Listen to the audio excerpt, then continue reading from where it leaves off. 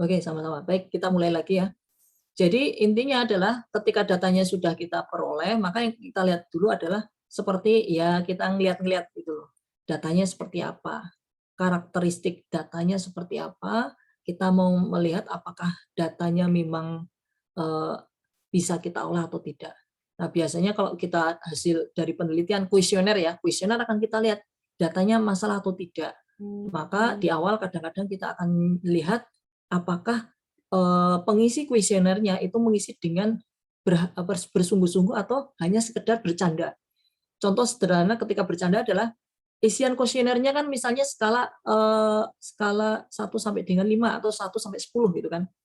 Jadi modelnya seperti itu ya, menggunakan ada yang ingat namanya Mas skala apa kalau untuk pengisian kuesioner? Likert ya. Skala Likert itu eh, ngisinya itu 1 sampai biasanya 1 sampai dengan ini ya 4 ya, kadang-kadang 1 sampai 4 atau 1 sampai 5 misalnya. 1 sampai 5 umumnya. Meskipun nggak cocok ya karena orang cenderung memilih nomor 3. Normal atau rata-rata atau ragu-ragu. Padahal sebenarnya itu bermasalah. Harusnya genap ya. Paling bagus itu genap. Jadi 1 sampai dengan 10 itu contoh yang bagus. Jadi orang terpaksa memilih 5 atau 6 gitu. 5 atau 6 gitu. Kira-kira seperti itu. Jadi bukan 10 ya, yang ibaratnya tidak ada yang tengah-tengahnya. Kalau 5 itu kan ada tengah-tengahnya, tengah-tengahnya adalah 3. Nah, misalnya skalanya misalnya 5 lah, dia ngisinya 5 semua. Padahal ya belum tentu ketika misalnya ada suatu yang kita nilai, itu perfect semua. 5 semua itu contoh yang mungkin agak dalam tanda petik kurang agak too good to be true ibaratnya ya, too good to be true. Ini kayaknya ngisinya bercandaan gitu, atau ngisinya cuma 1 semua, jadi semuanya jelek. Nah itu juga bisa kita lihat sebagai data yang bermasalah. Gitu ya. Ini salah satu contoh ya, salah satu contoh. Contoh yang lainnya misalnya gini, ketika di dalam suatu isian itu kok nilainya harusnya kan positif, kok ada nilainya negatif. Nah itu salah satu contoh bahwa datanya ini ada yang bermasalah. Gitu kan. Nah oleh karena itu mungkin kita akan mencari, kalau di situ kan kita modelnya divalidasi udah ketemu. Nah, yang langkah kedua adalah kita akan melihat apakah datanya itu masuk akal atau tidak. Dari sisi misalnya logikanya lah, dari sisi apalagi yang lainnya mungkin dari sisi kewajarannya misalnya. Nah, itu yang akan kita lihat. Jadi kalau yang awal itu memang terkait dengan kualitas datanya. Oke, kualitas data artinya apa? Harusnya terisi tapi tidak terisi. Blank ya. Yang kedua, terisi tapi dengan nilai yang tidak tepat.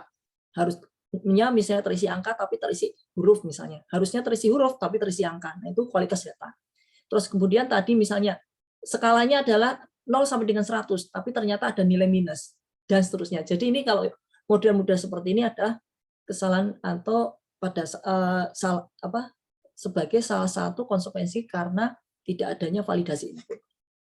Nah, mungkin yang lainnya adalah ketidakkonsistenan data. Nah, itu mungkin hal yang akan mengganggu. Nah, yang langkah berikutnya, yang interogasi berikutnya adalah tadi, kita mau menilai yang di luar dari tadi, di luar dari hal yang tadi untuk validasi, yang sifatnya wajar atau tidak wajar. Wajar nggak sih ini misalnya? Nah, kewajaran ini kita akan lihat misalnya contoh sederhana ya, contoh sederhana misalnya lebih ke arah logika ya. Misalnya apakah ada misalnya ya pegawai cowok yang mengambil cuti hamil. Padahal cuti hamil itu misalnya adalah untuk pegawai wanita. Terus misalnya yang lainnya adalah apakah ada pegawai yang umurnya di bawah 18 tahun. Padahal misalnya ketika masuk itu sudah ada ketentuan bahwa yang pegawai adalah yang memiliki usia di atas 18 tahun. Misalnya seperti itu contoh, yaitu contoh-contoh yang terkait logika. Ini memang juga ada di validasi ya, tapi kadang-kadang yang validasi kita tidak lakukan sampai dengan pada saat model interogasi data ini. Ya, nah, untuk melakukan interogasi ini atau melihat data, maka kita menggunakan beberapa cara. Salah satunya adalah penggunaan fungsi statistik. Ya, itu yang akan kita lakukan ya. Jadi kita menggunakan fungsi statistik untuk melihat hal seperti itu. Nah, kemudian yang kedua, topiknya adalah bagaimana kita menggunakan Excel dalam hal pemilihan sampel secara acak. Ya, ini dalam kaitannya untuk sampling. Ya, meskipun sebenarnya yang namanya sampling, Pak sampling itu kan biasanya untuk yang sifatnya manual. Nah, kalau yang digital semuanya bisa diolah. Mengapa harus tetap pakai sampling? Nah, itu mungkin nanti akan kita bicarakan pada saat membahas mengenai sampling. Yang pertama kita lihat dulu ya penggunaan statistik. Nah, salah satu penggunaan statistik adalah seperti mengidentifikasi karakter dari suatu populasi data. Contohnya kalau kita ngelihat orang ya, oh ini orangnya gemuk, ini kurus. Mohon maaf ini bukan body shaming, oh ini ideal. Ini bukan body shaming, tapi kita melihat dari sisi fisik ya kan boleh aja ya. Itu melihat karakteristik orang. Biasanya orang yang gemuk misalnya itu suka makan misalnya. Nah, itu salah satu contoh ya. Jadi ini salah satu contoh yang biasanya orang lakukan untuk mengidentifikasi sesuatu ya. Biasanya orang yang gemuk itu easy going. Jadi mereka tidak terlalu banyak memikirkan hal-hal gitu ya. Misalnya tidak terlalu memikirkan hal yang mengganggu. Jadi kalau ada sesuatu ya dia benar-benar orangnya biasa ikhlas. Nah, itu salah satu contoh ya. Jadi dengan melihat data kita bisa mengidentifikasi oh populasinya kira-kira bentuknya seperti ini. Nah, kita bisa mengharapkan dengan cara seperti ini kita lebih mudah untuk mengolah datanya. Nah, kemudian yang lainnya adalah kita mungkin mengidentifikasi hal-hal yang sifatnya tidak wajar. Yang tidak wajar itu seperti apa? Nanti akan kita lihat. Nah, cara yang digunakan ini kalau kita lihat di sini ada beberapa cara ya. Kita menggunakan statistik deskriptif, kemudian menggunakan gambar. Nah, gambar itu pakai scatter graph atau histogram. Nah, ini akan kita coba lakukan pada sesi yang pertama. Nah, yang pertama coba kita menggunakan statistik deskriptif. Nah, statistik deskriptif itu sebenarnya data-data atau informasi statistik dari suatu populasi yang mempermudah kita untuk melihat seperti apa kira-kira karakter data dari suatu populasi. Nah, untuk menggunakan itu, kita wajib menginstall dulu namanya data analysis toolpath. Nah, mungkin secara default biasanya Excel tidak akan menghidupkan data analysis toolpath tersebut. Oleh karena itu, mungkin bagi teman-teman yang belum pernah menggunakan ini, pastikan ya dihidupkan terlebih dahulu dengan cara melihat ke file option kemudian add-in. Nah, file option kemudian di sebelah kiri ini ada add-in. Jadi teman-teman bisa membuka lewat menu file option kemudian setelah terbuka jendela Excel option, lihat di sebelah kiri ini ada add-in nomor 2 dari bawah. Nah, kemudian di paling bawah ini diklik saja. Diklik kemudian kalau sudah muncul jendela add-in, pastikan di sebelah kanannya tercentang. Nah, kalau sudah tercentang nanti otomatis akan muncul di atas Active Application Add-in. Jadi ketika membuka add-in nanti kelihatan apakah masuk di inaktif atau aktif. Nah, kalau misalnya sudah masuk ke aktif maka otomatis muncul di atas. Jadi teman-teman tidak perlu menambahkan ini. Nah, kalau sudah terbuka ini kira-kira nanti akan muncul di menu data ya. Jadi kalau teman-teman nanti akan mencoba kira-kira seperti ini ya. Jadi file kemudian option di bawah kalau misalnya jendelanya kecil ya itu more ya, klik more saja. Setelah diklik more akan muncul option. Nah, di sini teman-teman bisa melihat nomor 2 dari bawah itu ada add-in. Nah, pastikan di sini sudah muncul belum. Nah, kalau punya saya ini kan sudah ada active application add-in yaitu analysis toolpath. Tapi kalau belum muncul, pastikan dengan cara klik di bawah ini di sini tertulis add-in ya, Excel add-in. Klik aja go. Nah, setelah klik go, nanti akan muncul jendela add-in seperti ini. Tinggal dicentang saja. Ya, kita klik itu akan mencentang. Berikutnya klik OK. Nah, setelah klik OK, baru akan muncul di menu data. Data, ini contohnya ya. Nah, ini data analisis. Nah, yang mau kita pakai adalah di sini yang namanya deskriptif statistik. Oke, sampai di sini ada yang mungkin kesulitan, silakan. Ada yang kesulitan untuk melihat add-in-nya? Pak, Ya. Pak, di sini pas saya cek tulisannya ada analisis toolpath sama analisis toolpath yang VBA ini yang mana ya Pak pilihnya? Analisis toolpath saja. Oh, oke Pak. Yang nomor 1, nggak usah pakai VBA, cukup 1 aja. Oh ya. Kalau mau tambah solver add-in itu bagus itu. Teman-teman bisa centang juga. Baik, yang lainnya ada pertanyaan, ada kesulitan? Yang pakai Microsoft Windows kan gampang. Yang pakai Mac ada kesulitan? Bisa? Belum ada, Pak. Di Mac nggak ada? Enggak, maksudnya belum ada kesulitan. Udah bisa. Oh, belum ada kesulitan. Oke, bisa semua ya? Baik, kalau nggak ada kesulitan, kita coba ya. Jadi ketika kita klik data analisis, teman-teman pastikan di sini bisa memilih yang di sini ya. Ini ada namanya deskriptif statistik. Dipilih aja deskriptif statistik, kemudian kita klik OK. Jadi sekali lagi menu data, kemudian ini pastikan di data analisis. Berikutnya setelah diklik akan muncul deskriptif jendela data analisis, pilih saja deskriptif statistik. Jadi ini sebenarnya toolbox yang berisi aplikasi statistik. Jadi teman-teman sebenarnya tidak perlu menggunakan SPSS install yang berbayar itu atau yang lainnya, cukup pakai Excel bisa. Cuma kalau untuk keperluan yang serius ini Excel kayaknya ada keterbatasan. Jadi pernah saya nyoba itu agak sedikit beda karena rounding ya. Jadi pembulatannya ini agak beda dibanding SPSS yang mungkin jauh lebih di belakang komanya itu jauh lebih panjang dibanding yang di Excel. Jadi hasilnya agak sedikit beda. Kalau presisi maka lebih baik teman-teman menggunakan yang lain. Oke, tapi kalau untuk nyoba-nyoba nggak apa-apa, ini bisa kita pakai. Contohnya misalnya untuk akuntansi biaya ya. Dulu akuntansi biaya kita misalnya menggunakan regression ya, pakai regresi linear. Nah, ini bisa pakai seperti ini. Ini regresi bisa. Kalau misalnya pengujian-pengujian ada pengujian t-test, di-test ini juga bisa. Jadi teman-teman sebenarnya menggunakan ini bisa, pakai ANOVA ini juga bisa. Nah, oke kita klik aja di deskriptif statistik, oke. Nanti akan muncul jendela ya. Kita kecilin dulu, ini jendelanya kok belum keluar. Nah, oke, jendelanya seperti ini ya. Kemudian datanya misalnya Pak, teman-teman buka di sini filenya yaitu file yang pertama itu file X latihan 01 sampling ya. Dari data ini ya. Kan ada sampling zip ya, 11 sampling zip ini dibuka isinya seperti ini. Cari yang latihan 01 sampling. Ya. Cari yang latihan 01 sampling dibuka. Nah, kalau sudah dibuka nanti kira-kira isinya seperti ini. Oke.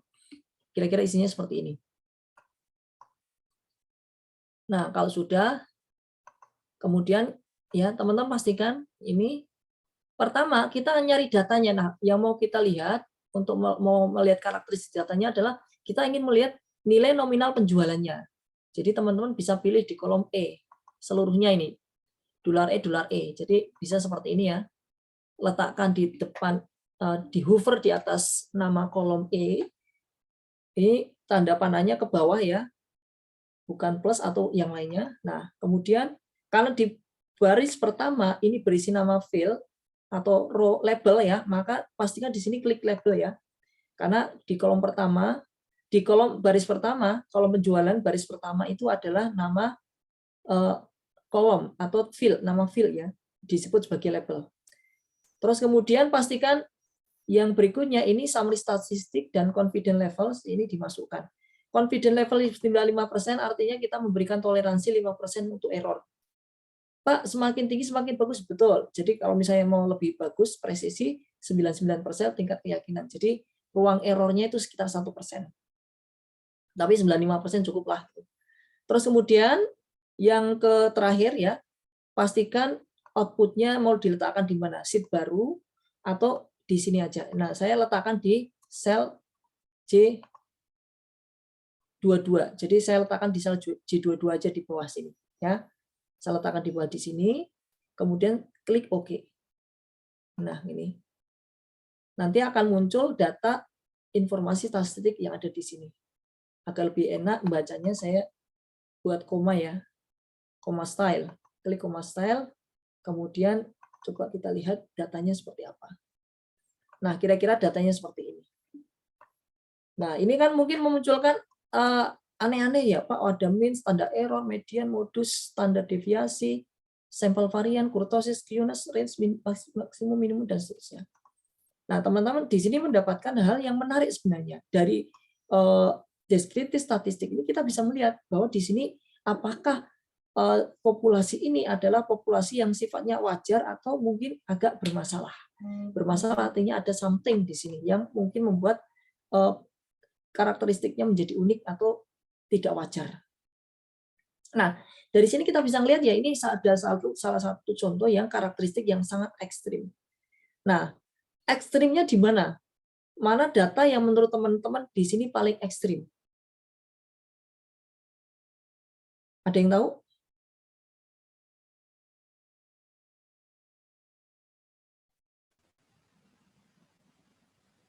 nilai maksimum Pak mungkin. Mengapa nilai maksimum, Mas? Itu kan rata-ratanya totalnya ini kan 66 ya Pak, 66 miliar. Nah, berarti ada salah satu nilai itu yang jumlahnya ini sepertiganya berarti. Oke, Berarti baik. lainnya Jadi, kecil Pak. nilai yang di maksimal ini nilai paling tinggi ya. Jadi dari transaksi yang ada di kolom penjualan, ini ternyata ada nilai paling tingginya. Nilai paling tingginya adalah 22 miliar. Dan kalau kita lihat ini memang lebih dari sekitar sepertiga ya, atau kurang dari sekitar sepertiga dari nilai total keseluruhan. Jadi satu transaksi yang nilainya sudah sepertiga dari nilai keseluruhan transaksi. Ini yang boleh dibilang agak dibilang tidak wajar banget. Jadi mungkin dengan siapa ini? Mas siapa? Iya Pak, Ari Purnomo aja Pak. Jadi Mas Aji mungkin sudah melihat video saya di kelas lain, jadi paham ya. Jadi kalau misalnya kebanyakan yang belum melihat apa yang saya jelaskan di kelas lain atau yang saya biasa sampaikan, biasanya melihat ke sampel varian. Kenapa? Karena sampel varian itu nilainya besar sekali. Ya, jadi ini kelihatannya seperti wah Pak ini nilainya paling ekstrim, paling tidak wajar itu. Padahal sebenarnya sampel varian itu sebenarnya kuadratnya dari standar deviasi. Wajar kalau nilainya paling besar. Jadi yang biasanya sih teman-teman jawabnya di sini. Ini yang paling tidak wajar. Nah, kalau menurut versi saya ya, sebenarnya ini banyak yang tidak wajar. Nilai rata-rata ini juga tidak wajar ya. Nilai rata-ratanya tidak wajar ya. Misalnya kalau kita lihat di sini ya, nilai rata-ratanya adalah 63, tapi di sini standar deviasinya adalah 752. Jadi dua nilainya agak sedikit, bukan agak ya, memang ekstrim, tidak seperti biasanya. Gitu ya. Oleh karena itu mungkin akan kita coba lihat satu persatu ya dari sisi statistik apa maksud dari masing-masing yang ada di sini. Oke, yang pertama mungkin kita lihat dari sisi nilai rata-rata min atau rata-rata. Nilai rata-rata ini kalau misalnya teman-teman manual ini bisa diperoleh dengan cara ya sama dengan average ya, average. Atau bisa juga menggunakan min seperti ini ya. Kadang ada juga yang bisa menggunakan min, tapi kalau di sini pakai average ya. Average dari kolom E ya, dari kolom E ini yang ada di penjualannya ya. Kita gunakan kolom E. Nah, kemudian yang berikutnya median. Kalau standar error ini rumusnya agak sedikit manual, jadi nggak ada di sini ya. Standar error nggak ada, tidak disediakan di sini. Tapi cara mencarinya nanti aja. Nah, yang median ini yang disediakan di Excel juga, rumusnya juga sama. Median ya median juga seperti ini. Jadi kalau teman-teman tidak bisa menggunakan deskripsi statistik, nggak usah masalah ya, nggak usah bermasalah. Kenapa? Karena bisa cari secara manual. Begitu kalau dengan modus. Modus itu sama seperti namanya mode ya. Kita mode, kemudian kita klik di kolom E-nya. Nah, standar deviasi juga sama. Kita tinggal menggunakan STD ya, STDEV itu artinya standard deviation. Ini ada banyak nilai ya, cukup pakai yang standarnya ada.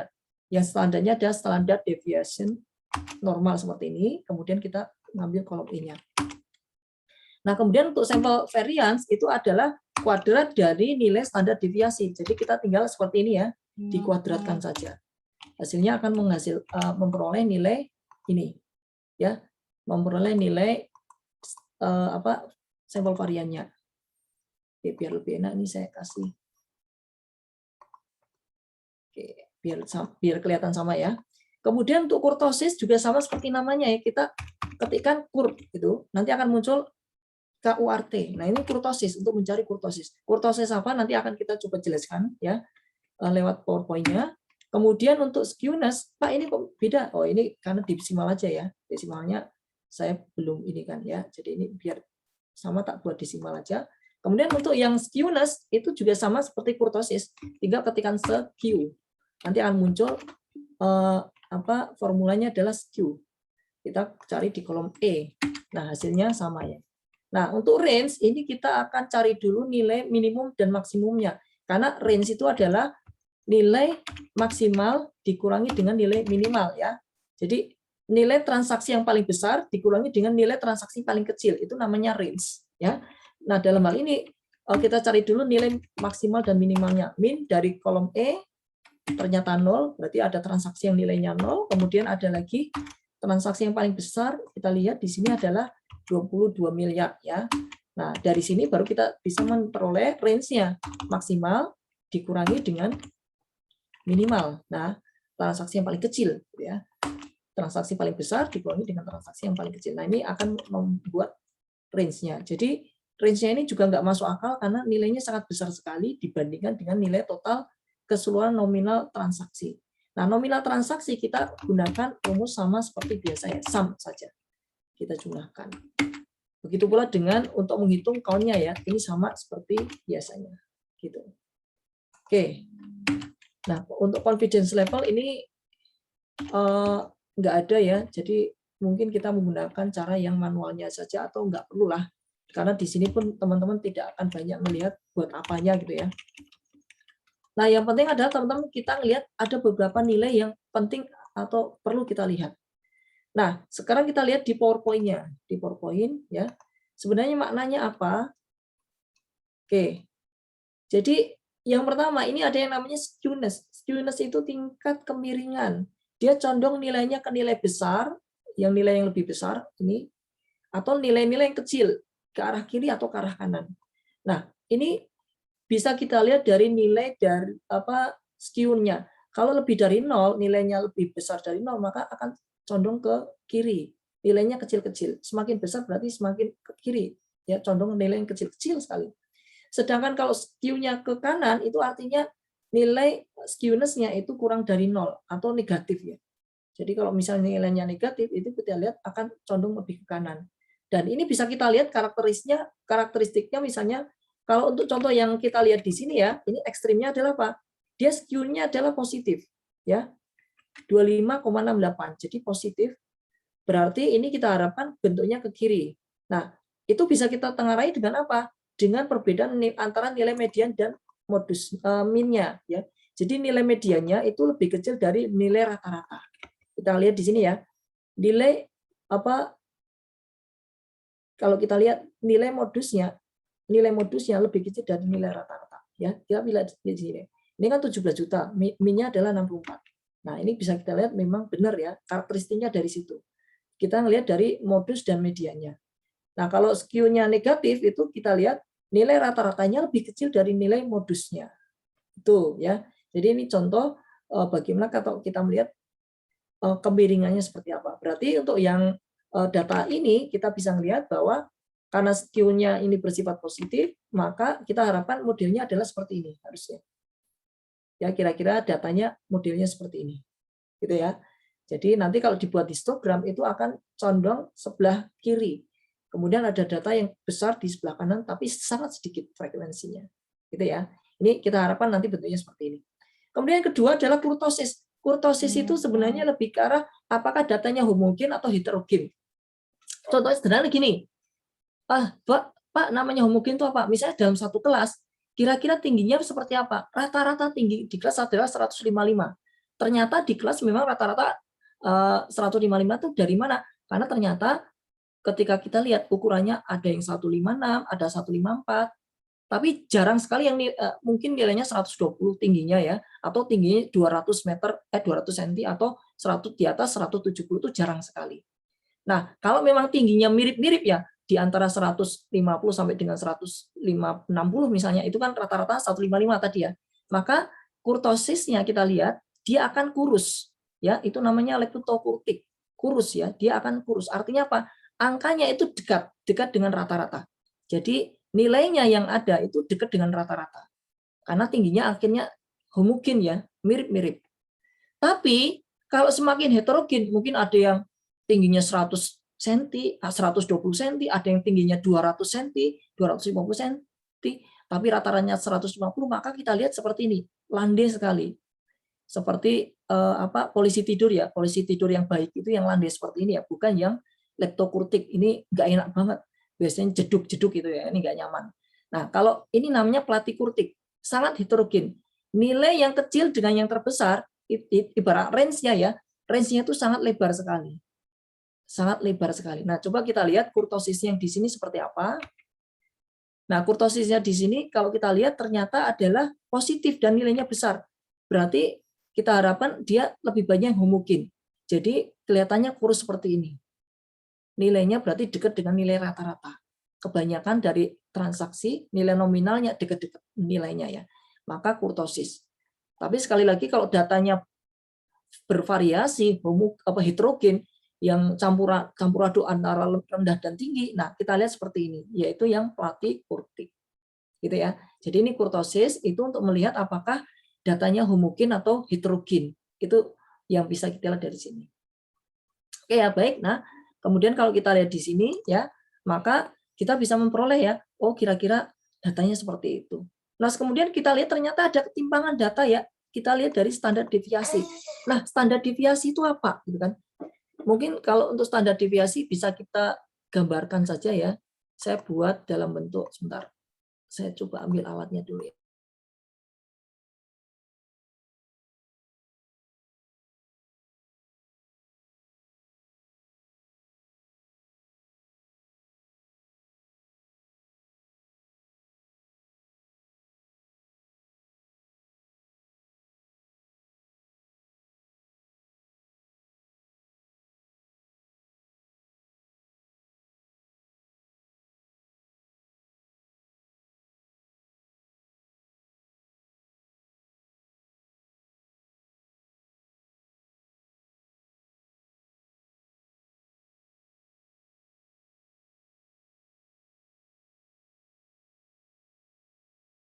Sebentar ya, saya coba masukin alat dulu.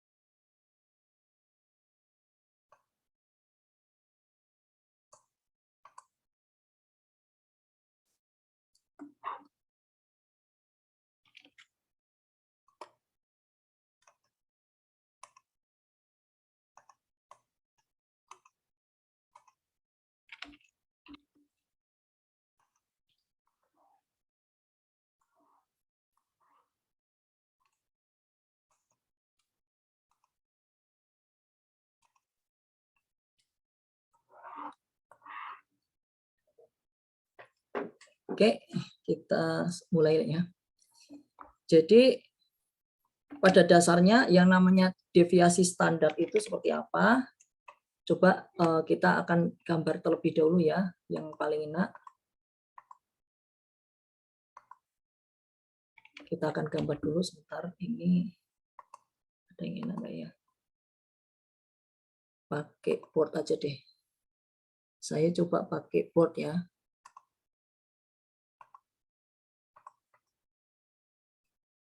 Saya gambar dulu.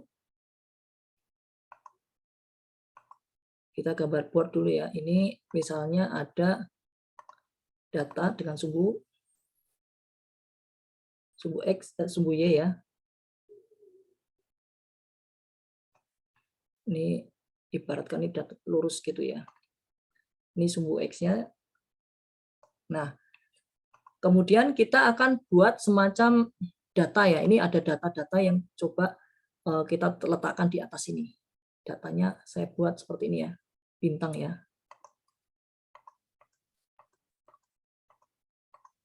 Seperti ini ya. Nah, kemudian misalnya ya kita buat, ini rata-ratanya kira-kira ada di sini. Nah, rata-ratanya ada di sini.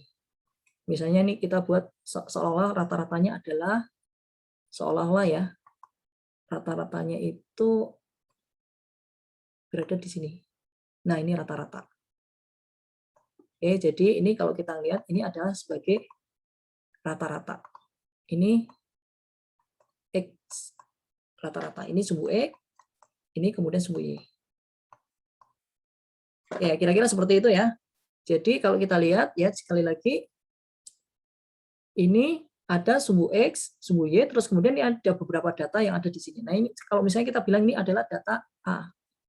Kemudian ini adalah B. Ini C, ini D, ini E, F, ini G. Nah, yang namanya penyimpangan atau deviasi adalah seberapa jauh jarak antara titik-titik yang data real dengan nilai rata-ratanya. Jadi misalnya A ini penyimpangannya berapa jauh dari nilai rata-ratanya, maka penyimpangannya adalah sebanyak ini. Jadi kalau kita lihat di sini, nah kira-kira jaraknya adalah ini yang merah nih ya. Jadi kalau kita lihat di sini adalah misalnya jaraknya adalah A gitu ya. Sedangkan B juga sama, ini jaraknya adalah B. Sedangkan C ini kecil sekali ya, jaraknya C. Nah ini D kecil, E dan seterusnya. Jadi teman-teman bisa lihat ya jaraknya seperti ini. Nah kalau ini G kecil, kita kira seperti ini. Jadi nanti akan kita jumlahkan ya A plus B plus C plus D kecil ya, semuanya yang kecil-kecil ini kita jumlahkan jaraknya sampai dengan G dibagi dengan total populasinya. Ini ada berapa? 1, 2, 3, 4, 5, 6, 7, 8 ya. 1, 2, 3, 4, 5, 6, 7 ya, bagi 7. Kira-kira seperti ini. Nah ini ketemu deviasinya atau standar deviasinya. Kira-kira seperti itu. Nah cuma permasalahannya adalah, Pak nilai A ini kan nilai rata-ratanya, A dikurangi nilai rata-rata, ketemunya negatif. Nilainya negatif. Maka kalau kita jumlahkan nanti akan mengurangi dengan nilai jarak yang lainnya. Nah, karena jarak itu tidak ada jarak yang negatif, nggak ada jarak yang negatif, maka kita buatkan ini sebagai nilai absolutnya. Maka biasanya kita akan buat seperti ini ya. Jadi, X dikurangi dengan nilai dari X-nya dibuat dalam bentuk seperti ini. Ya, diabsolutkan. Nah, berikutnya dijumlahkan. Nah, setelah dijumlahkan dibagi dengan total populasinya. N seperti itu. Maka biasanya kalau rumus statistiknya agar ini mudah dibuatkan untuk penjumlahannya, maka ini dikuadratkan agar memperoleh nilai seperti ini. Nah, ini dikuadratkan. Nah, karena dikuadratkan, maka agar mendapatkan nilai yang benar, ini kita akan akarkan seperti ini. Maka teman-teman bisa mendapati bahwa standar deviasi rumusnya ini jumlah dari kuadrat selisih antara nilai rata-rata dengan nilai X-nya dibagi dengan populasinya. Kira-kira seperti itu ya. Ini contoh yang bisa kita lihat untuk deviasi. Jadi sebenarnya seberapa besar penyimpangan dari nilai rata-rata. Nah, kalau kita kembali ke soal ya yang tadi, ke karakter yang data yang tadi, kita lihat. Kalau kita lihat di sini ya, ini nilai standar deviasinya kalau kita lihat ternyata berapa nilainya adalah 752. Dan ini lebih besar dari nilai rata-ratanya. Tentunya ini agak sangat jomplang ya. Kalau kita lihat dari nilai yang tadi, jomplang sekali. Nilai rata-ratanya tadi berapa? Kalau kita lihat di sini ya. Sebentar. Ini kalau kita lihat nilai rata-ratanya berapa? 64. Jadi kalau kita buat angkanya di sini adalah 64. Sedangkan nilai deviasinya ya, standar deviasinya berapa? Ternyata 752. Jadi kalau kita lihat ini sampai ke bawah banget, jaraknya adalah 752 juta. Jadi kalau kita lihat di sini ini sangat tidak masuk akal, tidak wajar. Sehingga kita bisa simpulkan bahwa memang ini adalah angka-angka yang sangat ekstrim. Jadi kalau kita lihat di sini adalah sesuatu yang sangat ekstrim. Ya. Oke, sorry tadi mungkin nggak terlihat ya. Jadi sekali lagi kalau kita lihat di board-nya ya, ini 64 juta. Sedangkan kalau kita lihat di sini ke bawah itu 752 juta. Jadi sangat ekstrem sekali. Padahal sebenarnya kalau kita lihat standar deviasi itu biasanya seperti apa? Nah, kalau kita lihat standar deviasi umumnya adalah, ini saya hapus dulu biar nggak kelihatan agak aneh. Nah, biasanya standar deviasi itu ada di mana gitu kan? Biasanya ya sekitar di sini ya, di atas, ini batas atasnya seperti ini, batas bawahnya seperti ini. Nah, standar deviasi biasanya seperti itu. Ini batas bawah, ini batas atas. Ini atas, ini bawah. gitu ya. Biasanya seperti itu. Tapi ini bawahnya aja seperti ini, ke atasnya juga seperti itu. Jadi terlalu ekstrim. Oke. Jadi sekali lagi kalau kita lihat di sini ini sangat ekstrim karena nilainya kalau kita lihat ya, sekali lagi jauh di atas nilai rata-ratanya. Ya, ini kita lihat memang tidak benar, ekstrim. Oke. Nah, berarti memang datanya di sini tidak ada yang bermasalah. Kenapa? Ternyata bermasalahnya ada satu transaksi yang besarnya berapa? Kalau kita lihat di sini dibanding dengan nilai maksimalnya adalah kalau kita lihat ya, itu sampai dengan sebentar, kalau kita cek di sini ya, sampai dengan 33%-nya ya, atau sepertiga dari nilai total untuk populasi. Jadi ini memang sangat jomplang sekali, something wrong. Oke. Nah, oleh karena itu mungkin cara berikutnya yang kita lakukan adalah apa? Kita bisa menggunakan yang namanya grafik ya. Jadi yang kedua, kita menggunakan yang namanya grafik. Namanya scatter graph. Nah, dengan cara menggunakan scatter graph kita bisa melihat datanya seperti apa bentuknya. Oke. Nah, datanya seperti apa bentuknya? Kita bisa lihat insert, kemudian diklik di scatter graph-nya. Nah, terbukti kan datanya memang seperti ini. Nilai yang sifatnya wajar itu justru akhirnya menjadi baris di bawah yang tidak terlihat. Ini biru ya. Biru yang di bawah itu yang normal. Sedangkan yang di atas ini yang tidak normal. Nah, yang tidak normal ini ya yang biasanya kita sebut sebagai apa? Yang tidak normal di atas ini, dari sini sampai dengan yang di sini, itu yang kita sebut sebagai outlier. Ya, jadi ini namanya outlier. Gitu ya. Outlier yang nilainya tidak biasa. Tidak biasa itu bisa tidak wajar atau memang something wrong ya. Bisa karena sesuatu yang kecurangan atau apa bisa jadi ya. Yang tidak mau korupsi. Oke. Baik ya, jadi kira-kira seperti itu mungkin kalau kita menggunakan scatter graph. Sederhana ya, gampang sekali kalau kita menggunakan scatter graph. Oke, jadi itu outlier, kita lihat seperti ini. Nah, sebelum sampai ke situ, mungkin kita juga melihat ya, sebenarnya wajarnya seperti apa. Nah, secara kewajarannya, yang tidak wajar tuh berapa kali, itu bisa kita lihat dari sisi berapa kali ketidakwajarannya, dari nilai rata-ratanya, itu bisa kita lihat dengan cara melihat distribusi yang normal. Jadi kalau yang normal seperti apa, nah ini teman-teman bisa lihat di slide berikutnya. Secara distribusi normal, maka data itu ya kalau kita lihat 68% data itu berada di sekitar 1 kali standar deviasi. Jadi plus 1 kali standar deviasi dan satu lagi minus 1 kali standar deviasi. Jadi ini plus minus 1 kali standar deviasi. Itu sekitar 68%. Jadi kalau misalnya plus 1 standar deviasi 34%, kemudian minus 1 kali dari standar deviasi itu sekitar 34%. Kira-kira seperti itu. Nah, kalau kita kalikan 2 kali standar deviasi, ditambahkan rata-rata ditambah dengan 2 kali standar deviasi, atau dikurangi dengan 2 kali standar deviasi, itu sudah sama dengan 90% dari populasi. Ya, berarti 5% itu ya sisanya ya kira-kira kanan 2,5%, kiri 2,5%. Kira-kira sisanya seperti itu ya. Nah, lebih ekstrim lagi kalau kita tambahkan dengan 3 kali standar deviasi, kalau distribusi atau populasinya normal, populasinya wajar-wajar saja, maka itu sudah mencapai 99,7% dari populasi.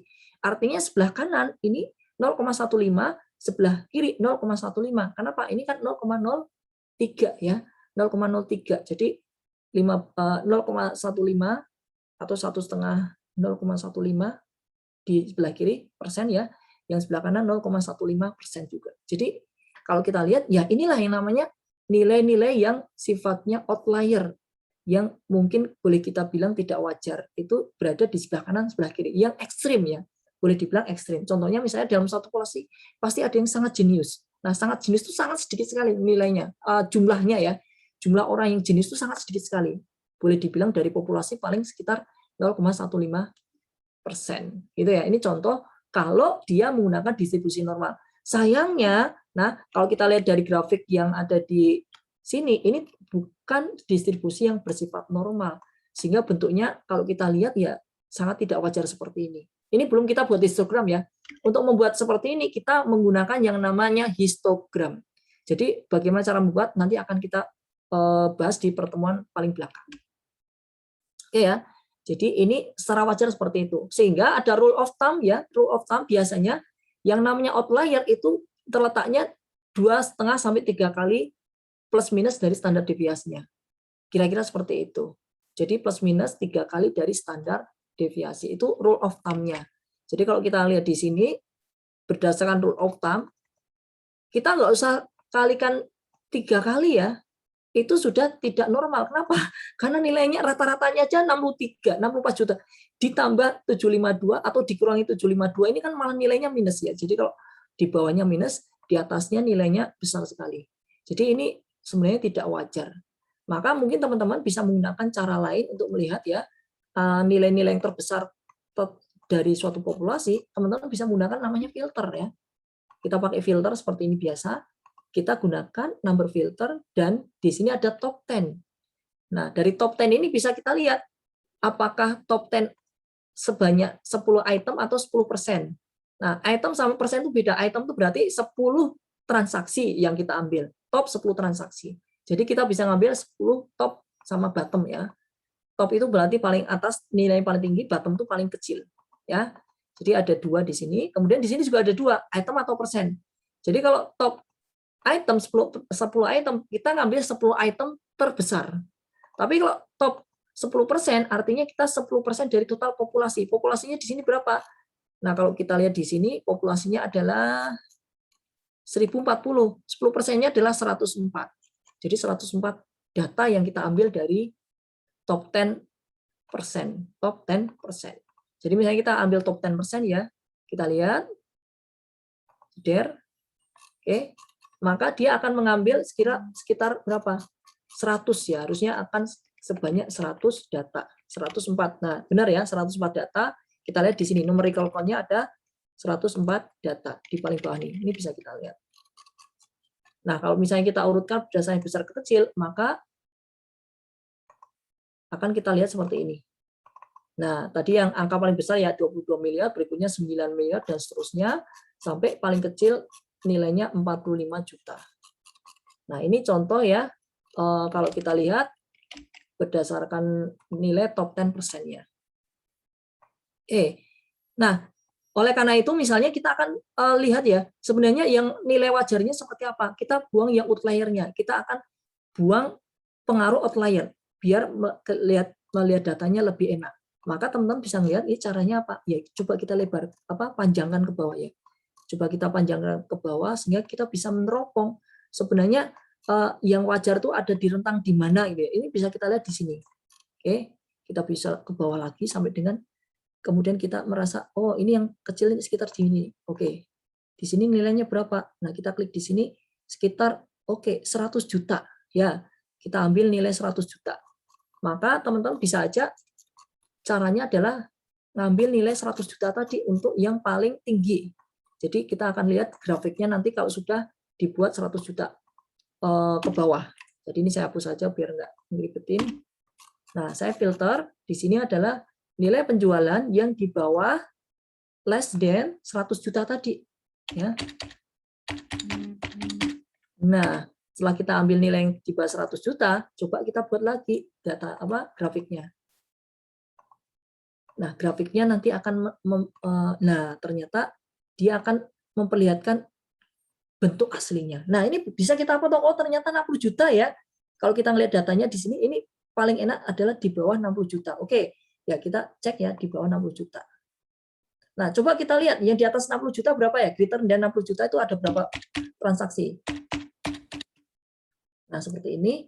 Ternyata yang di atas 60 juta itu ada sekitar 44 transaksi. Ada 44 transaksi yang di atas 60 juta. Nah, sekarang kalau kita ngelihat berarti 100 transaksi kan ini total ada 1040 ya. Berarti 1000 transaksinya di bawah 60 juta. Oke. Jadi yang di bawah 10 juta 100 juta berapa? 60 juta ya tadi. Sorry. Di bawah 60 juta. Itu ada sekitar 1000 transaksi. Nah, bentuknya seperti ini. Nah, kalau kita lihat di sini, maka baru kita lihat populasinya sebenarnya setelah kita membuang pengaruh dari outlier. Pak, nanti outlier-nya bagaimana? Nah, nanti untuk outlier-nya itu akan kita sendirikan ya. Nanti biasanya kalau untuk keperluan kita untuk audit ya, biasanya data outlier itu justru yang akan kita investigasi atau interogasi. Ibaratnya kita akan cari lebih dalam lagi. Kenapa datanya besar sekali? Ini wajar nggak? Apakah memang ini dan transaksi real atau transaksi yang fiktif? Kalau real transaksinya, apakah ini transaksi real karena kesalahan atau real karena memang ada sabotase atau kecurangan? Nah, itu yang akan kita coba cari tahu, gitu ya. Jadi bukannya kemudian kita membuang yang outlier, tapi justru nanti yang outlier itu yang akan kita lakukan penelusuran yang lebih dalam lagi. Kira-kira seperti itu. Nah, dengan cara menghilangkan yang pengaruh outlier, maka teman-teman bisa melihat seperti ini ya. Datanya kemudian coba kita ekspor ya. Sorry, kita copy ini, kita pindahkan ke sheet tersendiri. Nah, setelah kita pindahkan ke sheet tersendiri, kemudian coba kita lakukan data analitik seperti yang tadi. Ya, data analitik seperti tadi, ini kita pilih kolom E, outputnya kita letakkan di sini ya. Kemudian kita buat tingkat smart statistik dan tingkat keyakinan 95% saja. Oke, oh ini salah karena ini ada data yang J ya. Ini harusnya F1 aja. Nah, ini akan ketemu data sebenarnya ya. Ini yang sifatnya data lebih wajar. Nah, kalau kita lihat di sini lebih wajarnya di sini. Nah, ini. Nah, teman-teman bisa lihat ya. Ini pun masih mungkin agak sedikit bermasalah. Kenapa? Karena kalau kita lihat ya, rata-ratanya 20 juta, standar deviasinya 14 juta. Jadi ini sebenarnya masih agak kurang, agak bermasalah. Tapi kalau kita lihat dari kurtosis dan skewness-nya, ini kalau kita lihat ya, mendekati 0. Jadi ini kalau kita lihat, itu kurvanya seperti kurva wajar, kurva distribusi normal, di mana kurtosis dan skewness-nya itu mendekati 0. Gitu ya. Jadi kalau kita lihat di sini, ini sudah sifatnya jauh lebih wajar, lebih masuk akal dibanding yang grafik sebelumnya ya. Jadi ini mungkin boleh kita bilang ini datanya lebih bersifat mengikuti distribusi normal. Jadi kalau teman-teman nanti buat semacam histogram, nanti akan mendapatkan semacam format kurva distribusi normal. Nah, mungkin langsung aja ya, Pak, bagaimana cara membuat kurva distribusi normal seperti ini? Nah, teman-teman bisa menggunakan beberapa cara ya di sini. Jadi bisa menggunakan cara ini ya. Cara pertama adalah menggunakan metode ini ya. Menggunakan metode bin-nya. Bin itu adalah jarak antara level 1 dengan level berikutnya. Jadi maksudnya gini ya. Jadi bin itu apa? Teman-teman kan harus paham bahwa bin itu adalah kalau misalnya kita buat 10 level, maka ya datanya adalah jarak ini, misalnya kita buat ya 10 level seperti ini. Nah, seperti ini. Maka kalau kita lihat di sini ada 10 bin, ini akan kita ambil dari data yang paling kecil, misalnya dari 0, kemudian berapa dan seterusnya. Nah, ini jarak antar level itu disebut sebagai bin, jarak antar level. Jadi nanti yang paling tinggi berapa? Coba kita lihat di sini. Angka paling kecilnya berapa? Angka yang paling kecilnya adalah, coba kita lihat di sini, 0 ya. Terus kemudian paling besarnya adalah angka 58. Jadi untuk mencari lebar antar level, kalau kita buat 10 level, ini tinggal kita bagi aja. Dari range-nya, nilai terbesar dikurangi terkecil dibagi dengan 10. Maka ketemunya ya, kita lihat ya, yang terbesar adalah 58 juta, dikurangi dengan yang terkecil adalah 0, dibagi dengan total bin yang akan kita buat. Levelnya ada berapa? Misalnya 10 level, kita bagi 10. Nah, maka jaraknya antar level itu sekitar 5,8 juta. Maka kalau kita lihat di sini ya, berikutnya adalah 0, levelnya mulai dari 0 sampai dengan berapa? Berakhir sampai dengan 0 ditambah dengan bin-nya tadi, lebar bin-nya. Ya, lebar bin-nya. Kira-kira seperti itu. Nah, berikutnya ini kita tambah dengan 1 ya. Kemudian mulai dari ini. Nah, ini kita tambahkan ya, ini ditambahkan dengan sama dengan sebelumnya ya, lebar dari bin-nya. Kira-kira seperti itu. Nah, kemudian kita tarik ke bawah. Terlalu banyak kan ya. Oke. Kira-kira seperti ini. Sehingga kita akan mendapatkan yang paling tinggi adalah sampai dengan 52 sampai dengan 58 juta. 58249, ya sekitar segini ya. Jadi ini sudah ketemu ya, ada 10 level di mana dimulai dari 0 sampai dengan berakhir ke 58 ya. Dari 0 berakhir ke 58. Nah, kira-kira seperti itu ya. Kita ngelihat dari nilai bin-nya itu sendiri. Nah, untuk membuat levelingnya, bagaimana caranya, Pak? Ini kan datanya kalau kita lihat di sini, data yang ada di sini, levelnya ya, ini nggak ada kan? Pak, bagaimana agar kita bisa membuat 24 juta ada di level mana? 24 juta kan kalau kita lihat di sini ada di antara 23 sampai 29, berarti adalah level 5. Seperti ini. Berikutnya 33,792, 33,792 ada di level 7, karena dia ada di antara 34 sampai dengan 40 juta. Ya, ini harusnya level 7. Nah, kalau manual kan seperti ini, padahal ini datanya ada banyak. Sampai dengan berapa ini? Ada sampai dengan ya sekitar hampir 1000 ya. Jadi ada 996 data. Nah, untuk membuat secara sederhananya, maka teman-teman bisa menggunakan namanya VLOOKUP. VLOOKUP untuk membuat stratifikasi ini. Kalau teman-teman pakai if, wah lumayan banyak Mas. If-nya mulai dari 1 sampai dengan 9 kali. If-nya 9 kali. Kenapa? Karena ada 10 dikurangi 1. Jadi if-nya ada 9. Tentunya itu akan sangat melelahkan untuk membuat if-nya. Yang kedua, kemungkinan salah sangat besar sekali.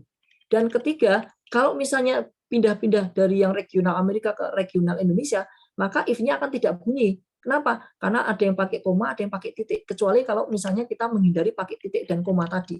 Jadi ini kita genapkan angkanya menjadi angka yang misalnya seperti ini ya. Kalau kita lihat di sini kan angkanya desimal ya. Jadi kita genapkan saja. Seperti ini.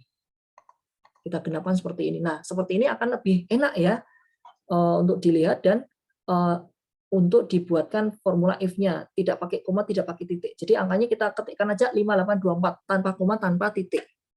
Tidak ada masalah. Kalau memang pakai if. Cuma if itu akan panjang. Maka caranya adalah apa? Saya menggunakan cara yang sederhana. Yaitu teman-teman bisa menggunakan yang namanya VLOOKUP. VLOOKUP itu seperti apa? VLOOKUP itu sederhana ya. VLOOKUP itu sederhananya adalah kita buat ini sebagai kriterianya ya. Kriterianya adalah kriteria untuk bin level tadi ya. Mulai dari berapa? Misalnya level pertama mulai dari 0, berakhir sampai dengan berapa? Kurang dari 5824951 atau berakhir sampai dengan 5824950. Kira-kira seperti itu ya. 999 dan seterusnya. Jadi kira-kira seperti itu. Nah, oleh karena itu, kalau kita lihat ya, oleh karena itu, maka cara yang paling sederhananya bagaimana? Nah, ini mungkin lebih enaknya langsung aja ya. Ini nggak usah pakai 1, ini langsung aja ditambah dengan sama dengan atasnya ditambah dengan, nah ini paling enak biar bisa kita buat rumus secara ke bawah. Ini akan lebih enak. Nah, ini saya buang aja. Nah, seperti ini. Oke. Pak Agung izin bertanya, Pak. Ya. Kemarin itu kayaknya saya waktu lihat di PPT itu ada min satunya ya, Pak. Nah, kenapa itu sekarang tidak ada min satunya, Pak? Saya buang karena kalau pakai 1, -1 nanti yang paling tinggi akan kurang pas. Oh kalau Jadi, saya kemarin sempat mikirnya tetap min 1 tapi ntar ditambah 1 sel gitu, Pak. Ya, jadi kalau seperti ini kan nanti yang paling tinggi dan paling rendah nggak dapat. Jadi saya buatkan langsung aja, jangan pakai -1. Ini saya rubah ya, jumlah bin-nya jangan dikurangi 1. Jadi seperti ini. Nanti kalau itu nanti jadi 11 ya, nggak pas. Kalau kita buat VLOOKUP-nya menjadi tidak pas. Padahal tadi kan kalau kita lihat, ini seperti ini ya. Range-nya kan kira-kira seperti ini. Level 1, 0 sampai dengan 5824. Nah, jadi kalau misalnya kita bagi dengan 9, nanti kira-kira seperti ini. Ya, kira-kira seperti ini. Kalau kita bagi dengan 9, ini kira-kira seperti ini. Level 10-nya ini mulai dari 58249. Jadi udah di atas yang nilai paling tingginya itu. Gitu ya. Jadi kalau dalam hal ini akan menjadi kurang pas. Kenapa? Karena level 10 seperti hilang gitu kan. Karena ini paling tinggi aja 58249 497. Ini udah lebih dari itu. Gitu loh ya. Jadi kalau kita ngelihat angkanya menjadi hilang gitu kan. Kalau kita buat seperti ini. Jadi ini saya langsung aja Kak tambahkan dengan yang ada di atas ya biar angkanya lebih enak.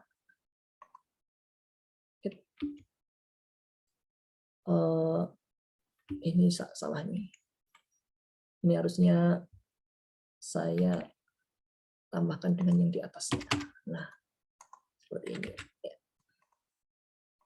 Nah, dengan cara seperti ini, maka yang paling tertinggi ini akan menjadi hilang. Kenapa? Karena yang paling tinggi maksimalnya kan 58. Gitu ya. Makanya kalau dibagi dengan 9 ini akan hilang. Level 10-nya akan nggak ada gitu. Kenapa? Karena datanya paling tinggi aja 58249 gitu. Gitu ya. Makanya kemudian saya revisi ini bukan dibagi dengan 10, bukan dibagi dengan n-1 tapi langsung aja dibagi dengan n-nya saja. Nah, dengan cara seperti ini maka yang level tertinggi mulai dari misalnya 52 terus kemudian berakhir di yang paling tingginya 58 gitu. Jadi 58 akan tetap masuk di sini. 58 nanti akan tetap masuk di level 10 gitu. Dan nanti hasilnya akan sama dengan yang dilihat kalau kita lihat menggunakan histogram yang ada di Excel. Gitu ya. Jadi kira-kira seperti itu, Mbak. Ini mengapa alasannya saya buat seperti itu. Oke, ini saya buang aja seperti ini. Nah, oke. Sekali lagi ini saya bagi dengan 10 ya, total level yang ada. Kita buat 10 level. Nah, kalau sudah, maka kita akan buat di sini ya, kriteria dan level ini kita jadikan satu, ini sebenarnya angka ya. Angka bukan kriteria, sebenarnya angka dan level. Nah, ini kita akan jadikan satu nama yang kita sebut sebagai level gitu ya. Misalnya kita kasih nama sebagai level. Kita kasih name box ya, sebelah kiri, pojok kiri atas, level. Nah, dari sini kita gunakan untuk membuat angka ini memiliki level. Jadi 24 nanti ketemunya 5 gitu kan. 24 nanti akan berada di sini gitu. Nah, nanti VLOOKUP akan membaca, kita pakai namanya VLOOKUP ya. VLOOKUP itu akan membaca kira-kira seperti ini. Jadi kalau ada angka dia itu berada di bawah 5.824.950, dia akan berada di level 1. Jadi level 1 itu mulai dari 0 sampai dengan kurang dari 5.824.950. Ya. Jadi 5.824.950 itu mulai dari level 2. Level 2 mulai dari 5.824.950 tadi berakhir kurang dari 11.649.899. Jadi nanti mungkin berakhir di 11.949.898,99999 gitu. Kira-kira seperti itu. Jadi itu yang dimaksud dengan VLOOKUP. Kita buat seperti ini. Maka yang kita lakukan adalah apa? Kita cari penjualan ini yang sel A2 kita bandingkan dari level tadi, ya. Kira-kira dia ada di mana? Ya, apakah di level 1, 2, 3 dan seterusnya? Kalau ketemu tampilkan kolom yang levelnya, kolom yang kedua seperti ini. Nah, biasanya kan kita pakai 0 ya. 0 itu berarti cari yang benar-benar sama. Jadi kalau angkanya bukan 0, dia tidak akan muncul NA gitu ya. Jadi kalau misalnya kita pakai 0, otomatis ini akan muncul NA. Kenapa? Nggak ada pasangannya di sini. Nggak ada satupun pasangannya. Ini NA semua. Pasti akan NA semua. Tapi kita cari tetangga yang terdekat, yaitu menggunakan 1. Atau defaultnya ya, kita nggak usah pakai ini aja, itu sudah defaultnya 1. Seperti ini aja, biar sederhana. Nah, dengan cara seperti ini, dia akan mencari tetangga terdekat. Nah, tetangga terdekatnya, nah ini kan coba teman-teman bisa ngeliat kan. Oh, oke, ternyata ini ya, level 6 tadi ya. Jadi kalau kita lihat dengan menggunakan pembagian 10 ini, 33792 ada di level 6. Benar nggak? Oh iya, karena dia berada di antara 29 dan 34. Kira-kira seperti itu. Oke, dengan cara seperti ini maka kita akan bisa menghitung berapa frekuensi ya, frekuensi untuk masing-masing level. Seberapa banyak ya data yang berada di level 1, 2, 3 dan seterusnya dengan cara menggunakan CONIF ya. Kita gunakan CONIF, range-nya ada di kolom B. Nah, kemudian kriterianya kita gunakan level di sebelah kirinya. Jadi kita akan menghitung seberapa banyak yang berada di level 1 yang ada di kolom B. Nanti kita akan jumlahkan berapa banyak transaksi yang berada di level 1. Nah, kita copy ke bawah. Nanti akan muncul seperti ini. Oke. Muncul seperti ini. Nah, kalau sudah, ini kan kita bisa buat sebagai histogram dengan cara kita insert recommended chart-nya, otomatis dia memunculkan ini histogram. Nah, bentuknya seperti ini. Sama seperti yang kita ini ya tadi perkirakan sebelumnya, ini lebih condong ke kiri. Ya. Jadi data ini sama seperti yang sebelumnya, ini lebih condong ke kiri. Berdasarkan nilainya yang bersifat skew-nya tadi, karena positif ya, ini lebih condong ke kiri, bukan negatif. Sedangkan kurtosisnya ini agak sedikit negatif ya, jadi mungkin boleh kita bilang ya dia sebenarnya agak boleh dibilang homogen sebenarnya ya, homogen, masih bersifat agak homogen. Oke, jadi tidak terlalu tinggi dan tidak terlalu rendah. Nah ini dengan cara seperti ini kita bisa membuat histogram. Cara lain untuk membuat histogram selain grafik, nah yang perlu dilakukan hanya kita membuat bin-nya. Ini bin. Jadi ini kalau di di Excel ini disebut sebagai bin. Caranya teman-teman bisa menggunakan tadi ya, data analisis, kemudian pakai yang namanya histogram. Nah, histogram, kemudian kita klik OK. Input range-nya adalah kita gunakan data yang ada di sebelah sini, ya, input range-nya. Jangan lupa ini kan ada labelnya ya, jadi kita klik label. Bin range-nya kita ambil dari ini. Nah, ini bin-nya. Bin-nya itu kira-kira mulai berapa sampai dengan berapa. Bin-nya kita ambil dari sini.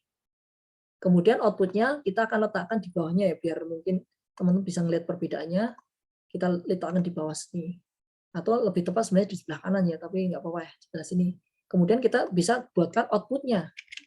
Jadi yang perlu dilakukan adalah input-nya di mana, ini input-nya adalah kolom A, kemudian bin range-nya adalah nilai bin-nya mulai dari level 0 sampai dengan level 10, itu angkanya mulai dari berapa sampai dengan berapa, maksimalnya berapa, ini bisa kita buat seperti ini. Kemudian yang terakhir, output-nya kita letakkan di mana. Kalau pengen ada grafnya, maka tinggal tambahkan centang chart output. Pak, kalau yang lainnya ini apa ya? Tinggal teman-teman centang aja biar tahu isinya apa. Nah, kalau kita klik, hasilnya adalah seperti ini. Ya, hasilnya sama persis yang ada di Windows ya. Dari menggunakan Windows sama persis seperti ini. Cuma agak geser ya. Jadi dia membuat levelnya agak geser. Jadi 1 sampai dengan 5824 itu ada 167. Terus kemudian 11649 ini 166. Jadi ini geser ke bawah sedikit itu. Modelnya seperti ini. Ya, dia modelnya seperti ini. Oke, tapi kalau dilihat dari datanya ini sama. Jadi sampai dengan 52 juta itu ada 35 buah. Kemudian lebih dari 52 juta adalah 17. Kalau di sini bacanya kira-kira seperti itu ya. Kurang dari 5824 adalah 167. Kurang dari 1649 adalah 166 dan seterusnya frekuensinya. Jadi kalau kita lihat bentuknya sama dengan yang kita buat tadi ya. Kalau kita lihat bentuknya pada dasarnya sama. Ini bentuknya persis sama. Gitu ya. Jadi ini kalau kita buat menggunakan histogram. Nah, cara yang kedua, histogramnya bisa menggunakan cara ini Scott Normal Reference Rule. Nah, kalau Scott Normal Reference Rule ini agak sedikit tricky ya. Kita menggunakan untuk bin-nya ya.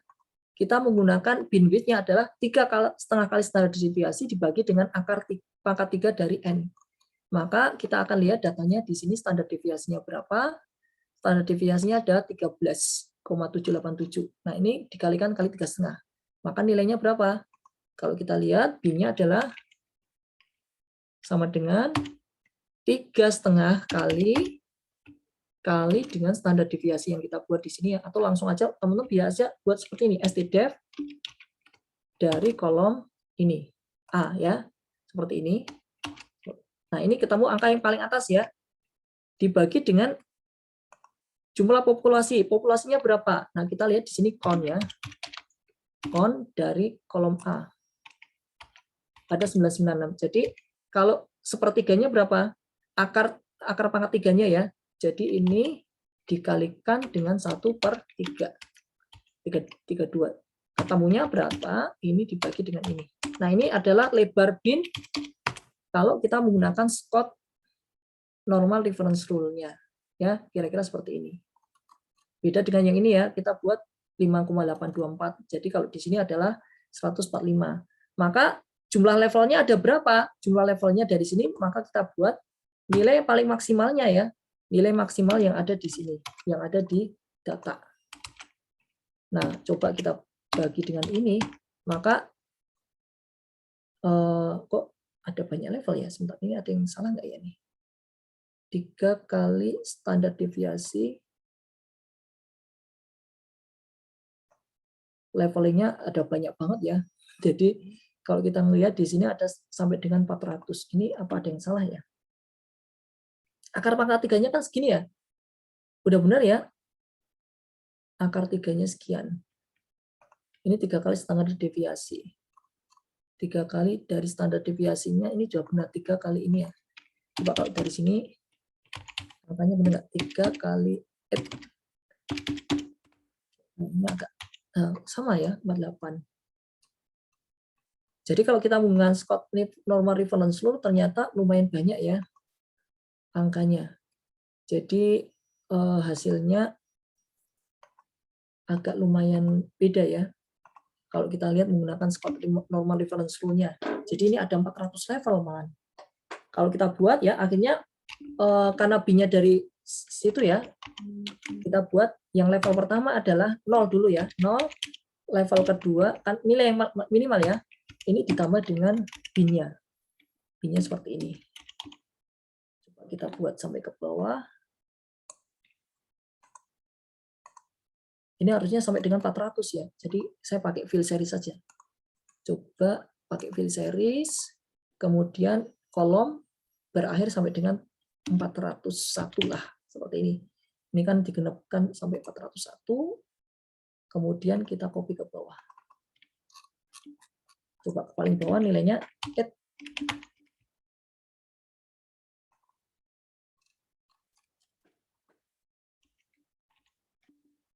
harusnya paling bawah itu nilainya adalah, bentar, kok ada yang kurang pas nih.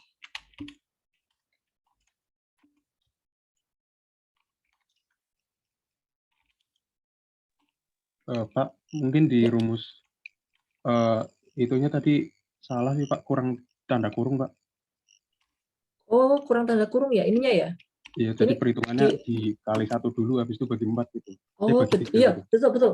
Iya, masuk akal ya. Soalnya kayaknya agak aneh gitu ya. Benar Mas, coba kalau kita pakai kurung ya. Benar-benar itu apa yang kamu curigai benar nih. Soalnya agak aneh. Oh, iya benar Mas, benar Mas. Jadi ini pakai kurung ya. Karena ini kan ternyata ya ini prioritas. Lupa prioritas ketika matematika ya. Ternyata dipangkatkan dulu baru kemudian bagi ya. Jadi 3 ini bukan bagian dari 1/3, tapi ini dipangkatkan 1 baru dibagi 3. Ya, benar Mas, benar.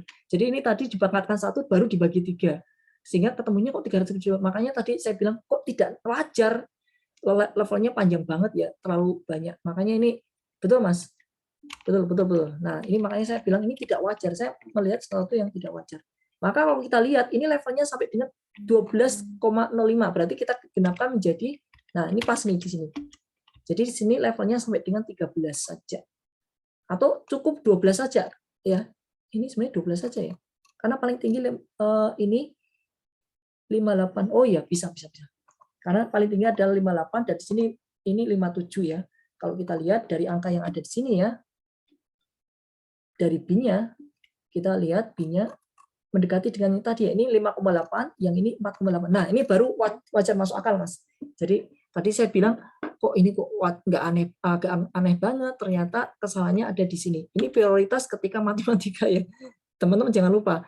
Ya, tanda kali bagi kurang minus itu di prioritas kedua. Prioritas pertama adalah ada tanda pemangkatan ya. Dan tanda kurung dan pemangkatan itu yang prioritas. Jadi kalau di sini ini ditanda dengan adanya tanda kurung, maka ini menjadi prioritas. Yang dalam tanda kurung itu menjadi prioritas. Oke, benar Mas. Terima kasih. Tadi dengan siapa Mas? Dengan Mas siapa tadi? Mas Gary ya? Gary, benar? Iya Pak. Oke Mas Gary, terima kasih. Jadi ini tadi benar. Di sini harus pakai tanda kurung. Makanya saya tadi bilang, ini kok something wrong gitu ya. Nggak wajar. Padahal seharusnya tidak jauh beda dengan yang ada di sini. Nah, dengan model Gary ini, model Gary, Scott ya, jadi Gary malah. Dengan model Scott ini kita akan buat level yang berbeda dengan yang tadi. Nah, ini misalnya kita kasih nama Scott ya. Scott level ini sama seperti yang tadi ya. Untuk keperluan bikin VLOOKUP kita bikin seperti ini kok ada data sampai ke bawah nih. Ya. Jadi untuk keperluan tadi kita bikin ya, ini adalah bin-nya, ini adalah punya Scott. Kita kasih nama ini Scott ya, Scott gitu aja. Scott seperti ini. Nah, berikutnya dengan cara yang sama kita akan buat levelnya menggunakan level Scott ya, level Scott. Kita pakai VLOOKUP tadi. VLOOKUP sama persis seperti tadi. Lookup value-nya adalah dari level. Sebentar. Benar ya? Oh ya benar. Nah, jadi yang kita cari adalah di A2, kemudian kita menggunakan daftar yang ada di Scott ya. Scott itu berarti ini otomatis akan terpilih seperti ini ya. Kemudian kita akan tampilkan kolom yang kedua, yaitu level Scott-nya. 2 seperti ini, kurung langsung. Nah, ini agak sedikit beda dengan yang sebelumnya ya, angkanya beda ya. Angkanya agak beda. Maka berikutnya kita akan buat frekuensinya seperti apa menurut Scott. Maka kita akan buat di sini conif untuk menghitung ya. Kita pakai conif, kemudian kolom A yang akan kita hitung, kok kolom A, yaitu kolom Scott ya, level Scott ya. Kita akan lihat di level Scott ini, range Scott-nya dibanding, kita cari kriterianya berdasarkan level yang ada di sebelah kirinya. Gitu ya. Jadi ini seberapa banyak frekuensi yang berada di level 1, 2, dan seterusnya dengan cara seperti ini, pakai conif. Oke? Nah, kemudian kita enter ke bawah. Hasilnya kira-kira seperti ini. Oke, hasilnya seperti ini. Nah, kalau kita buat dalam bentuk histogram, kita tinggal insert, kemudian histogram akan muncul seperti ini. Nah, sebenarnya nggak jauh beda dengan yang sebelumnya ya. Grafiknya nggak jauh beda kalau kita bandingkan. Cuma ini lebih banyak levelnya. Kalau di sini kan 10, sedangkan di sini ada 13 level. Tapi kalau dilihat dari bentuk ya nggak jauh beda. Ini lebih detail, lebih banyak range-nya ya, karena di sini kita lihat ya, levelingnya lebih banyak, sehingga kalau kita lihat di sini, datanya menjadi lebih smooth. Jadi kalau misalnya teman-teman contoh penggunaan kayak gini, equalizer itu, equalizer-nya pakai yang 8 baris, 8 bar, atau 20 bar, atau 15 bar. Nah ini kita banyak levelnya, semakin banyak levelnya, maka bentuknya akan semakin mulus, semakin mendekati kurva normal yang ada di sini. Jadi kalau kita melihat kurva normal seperti ini ya bentuknya. Nah, dari sini sebenarnya kita bisa melihat ya karakteristiknya yang pertama, bahwa ternyata data yang di sini tidak mengikuti kurva normal. Jadi memang kalaupun kita sudah coba diwajar-wajarkan, tetap aja ini masih kurang wajar. Kalau kita melihat ya dari data yang ada di sini, teman-teman lihat ya, ternyata datanya masih ya kalau kita lihat dari histogramnya seperti ini, masih kelihatan tidak mengikuti bell curve tadi ya, kurva distribusi normal. Wajar kalau data ada yang seperti ini ya. Tapi kalau misalnya kita menggunakan data yang ada di alam ya, kita menggunakan data yang kita ambil dari alam, jadi benar-benar data natural, maka kemungkinan mendekati kurva normal itu sangat tinggi. Distribusi normal itu sangat tinggi. Jadi kira-kira bentuknya seperti ini. Oke, sampai di sini ada pertanyaan untuk yang cara Scott dan cara bin, ada pertanyaan? Pak, izin bertanya, Pak. Ya, silakan. Sebelumnya itu kenapa kita perlu menghitung bin itu ya, Pak? Soalnya kan misal kita bikin histogram langsung gitu dari data ya, Pak. Nah, itu waktu saya cek bin-nya itu udah ada otomatis gitu, Pak. Nah, kenapa kita harus hitung ulang lagi gitu? Nah, karena mungkin tidak semua yang ada di Excel itu menyediakan histogramnya. Jadi kalau di sini kan belum tentu teman-teman bisa munculkan histogramnya, gitu loh. Jadi graf di sini tidak memunculkan opsi untuk histogram. Kalau untuk yang baru memang ada, Mbak. Kamu pakai Office 365 ya? Enggak itu, Pak. Yang biasa histogram ini terus saya klik tengah, klik yang bagian aksis sumbu X-nya, klik double gitu, terus ntar ada pilihan bandwidth gitu. Oh gitu. Jadi ini menggunakan data analisis sama pakai apa? Jadi misal kayak datanya yang mau saya, enggak Pak, biasa, dari Excel biasa. Dari Excel biasa. Terus kemudian kamu pakai insertnya pakai di mana di sini? Chartnya yang di mana?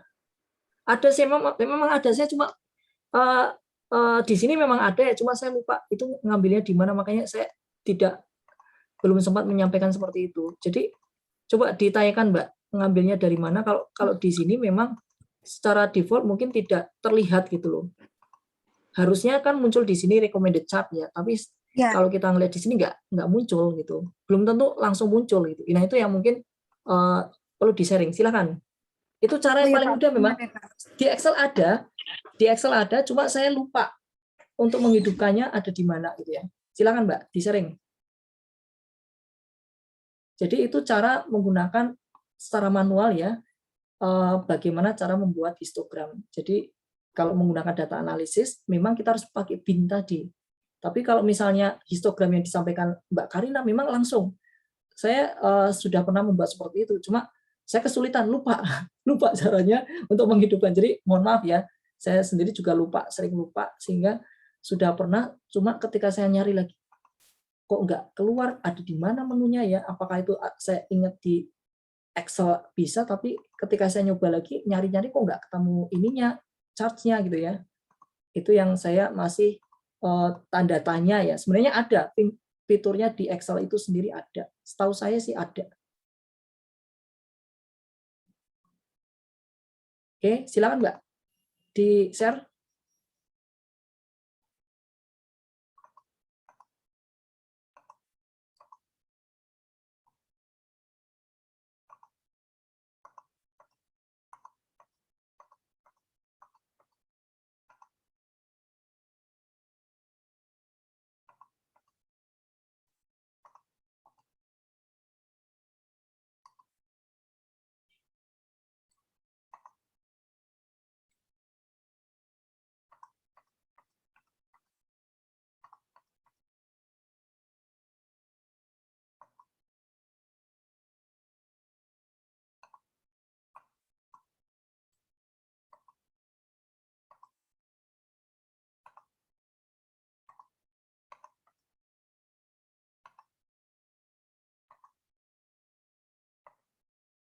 Halo Mbak, Mbak Karina, mana? Halo?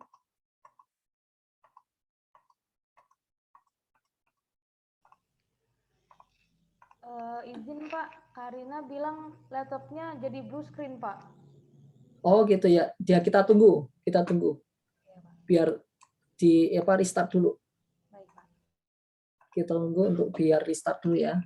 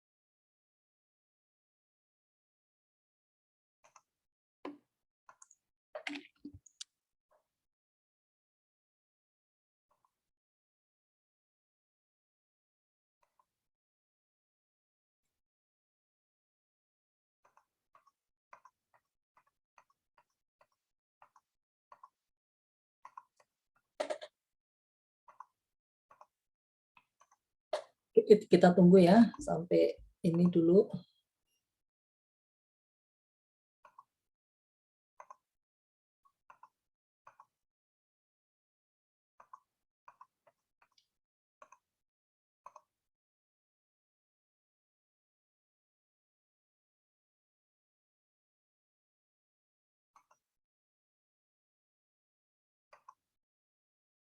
Oke, itu udah dijalankan.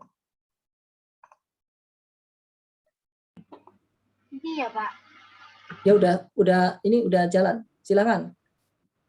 Nah, tapi saya datanya nggak kayak yang punya Pak Agung, karena kan saya nyoba pakai yang data di RS. Ya. Nah itu jadi dari ini aja ntar udah Atau keluar pakai data yang tadi aja nggak apa-apa. Yang sama aja biar gampang. Biar sama. Coba data yang sama tadi pakai sampling. Jangan RSF. Datanya beda soalnya. Di luar, bukan data interrogation, tapi yang sampling.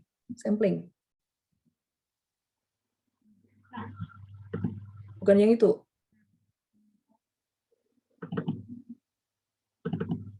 Nah, itu sampling. Buka itu aja. Nah, dari latihan 01 sampling, biar sama ya.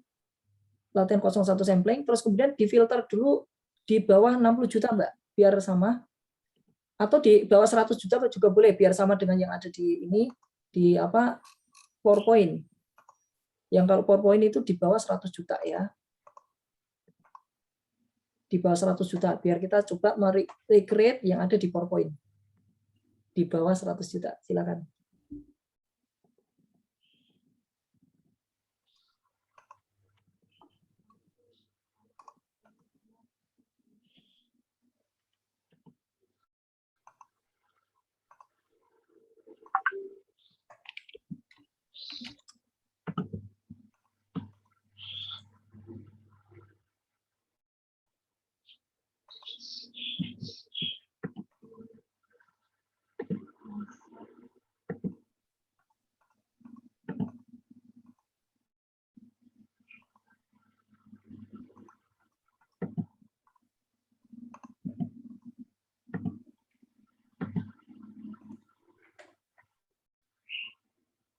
Oke, datanya belum keluar nih, Mbak, kayaknya. Mungkin koneksi internetnya ya. saya filter itu Pak. Enggak, itu jendelanya enggak keluar, Mbak. Apa? Mungkin share screen-nya tidak all kali ya. Share screen-nya itu enggak all, jadi enggak keluar datanya, enggak tampil gambarnya.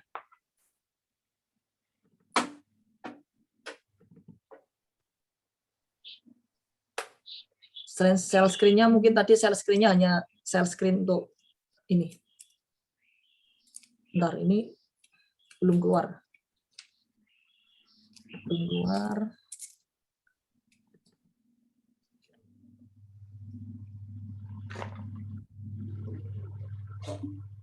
Kok pause ya? Mungkin share screen-nya, dari share screen-nya all aja, all share screen. Bukan untuk, kalau tadi mungkin kamu share screen-nya adalah Explorer-nya. Jadi share screen-nya adalah all.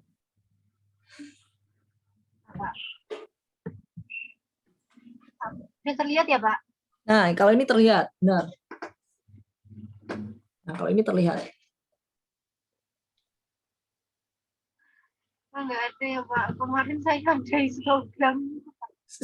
Saya juga bingung gitu loh. Jadi kadang saya bingung ini gimana cara men-trigger dia biar keluar itu loh. Saya juga kadang bisa, kadang enggak gitu. Saya juga bingung.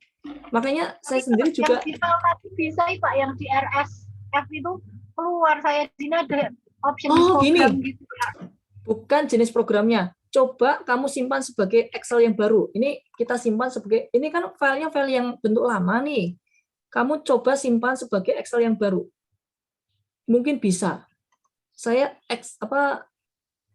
kayaknya suspeknya itu. Jadi disimpan sebagai exit yang file sheet yang baru sebagai file Excel yang model yang baru.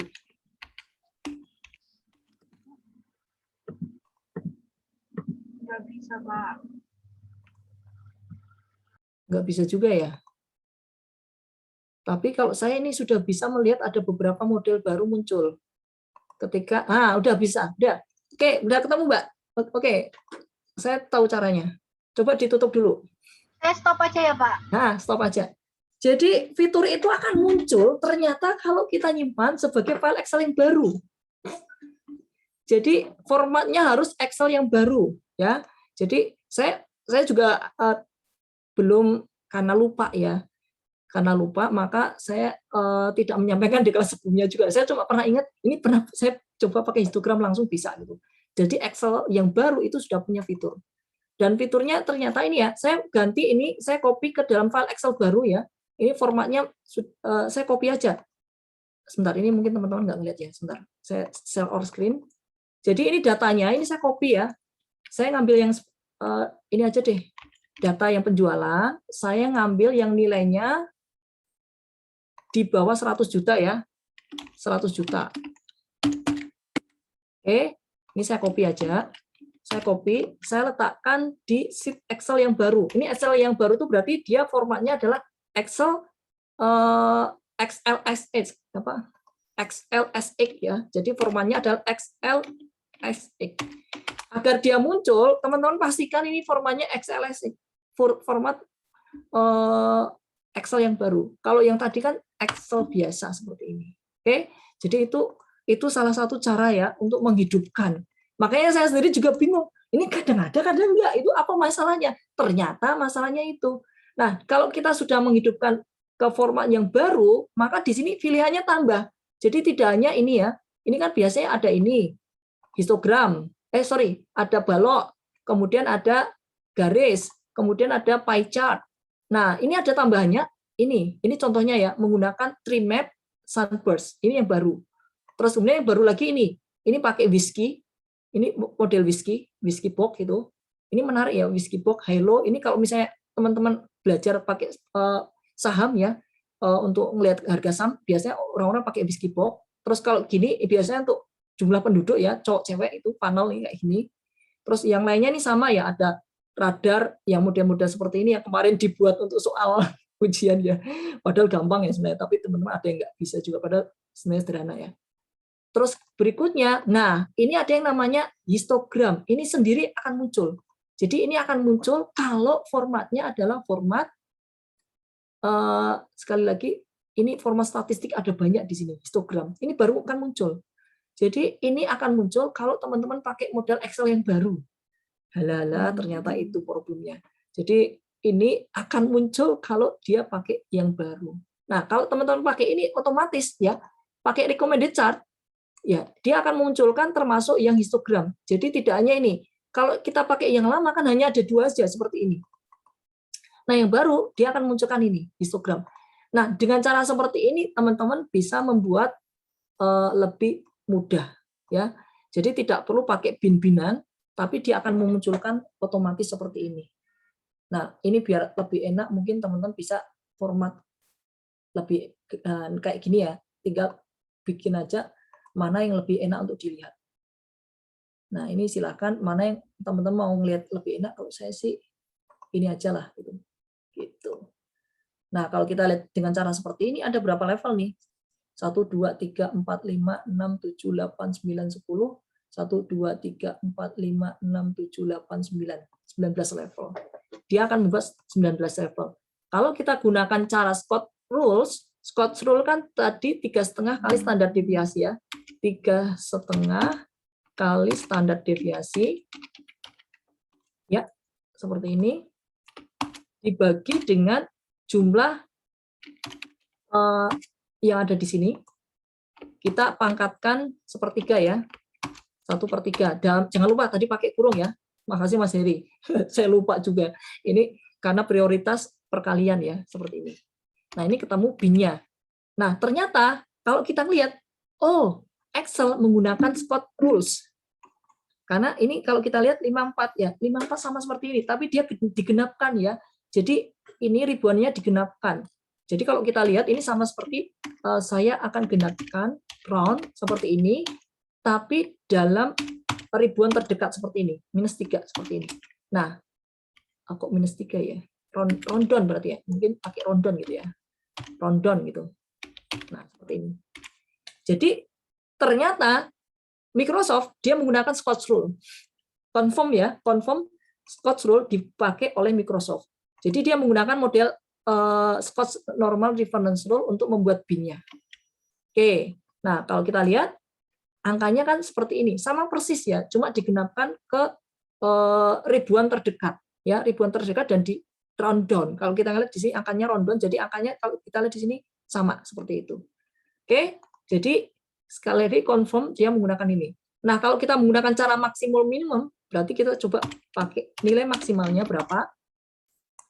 Maksimal dikurangi dengan minimal yang ada di sini, dibagi dengan total keseluruhan dari angka yang ada di sini. Oke. Angkanya, sebentar ini ada yang kurang pas ini. Ini kurungnya adalah di sini. Nah, ini salah lagi. Jadi ini maksminnya ini kurungnya ini ya. Tanda kurung itu sangat berpengaruh ya. Waduh, Janis. Nah, ketemunya adalah angka kok kecil ya. Jadi maksminnya agak kecil. Ini benar nggak ini? Coba. Ketemunya kok kecil banget. Coba kita buat angka maksminnya aja deh. Seperti ini totalnya. Nah, terus kemudian jangan-jangan ini ada yang error lagi nih. 1014 ya. Coba ini dibagi dengan 1014. Pantesan. Salah. Harus dibagi dengan bin yang kita harapkan. Bin-nya ada berapa ya? Itu yang ternyata tadi salah. Ini saya bekon ke jumlah jumlah yang ada di sini. Pantesan ketemu angkanya kecil.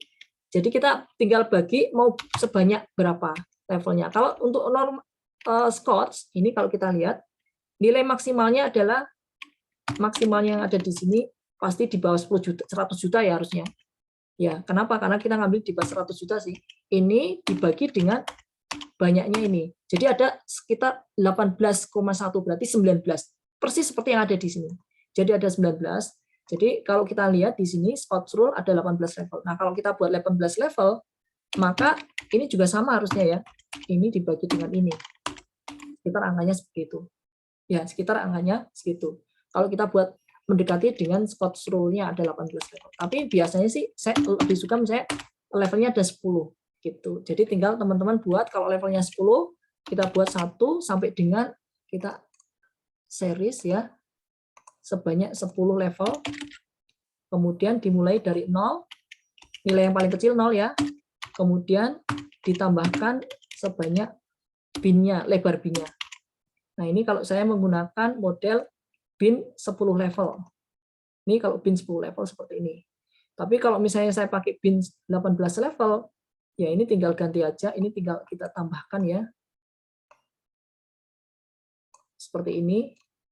Kita buat bin-nya 18 level, kita copy ke bawah ya. Kira-kira seperti itu. Ya. Ini kalau kita buat bin sampai dengan 18 level ini sampai di sini. Gitu ya. Nah, terus cara yang selanjutnya teman-teman bisa menggunakan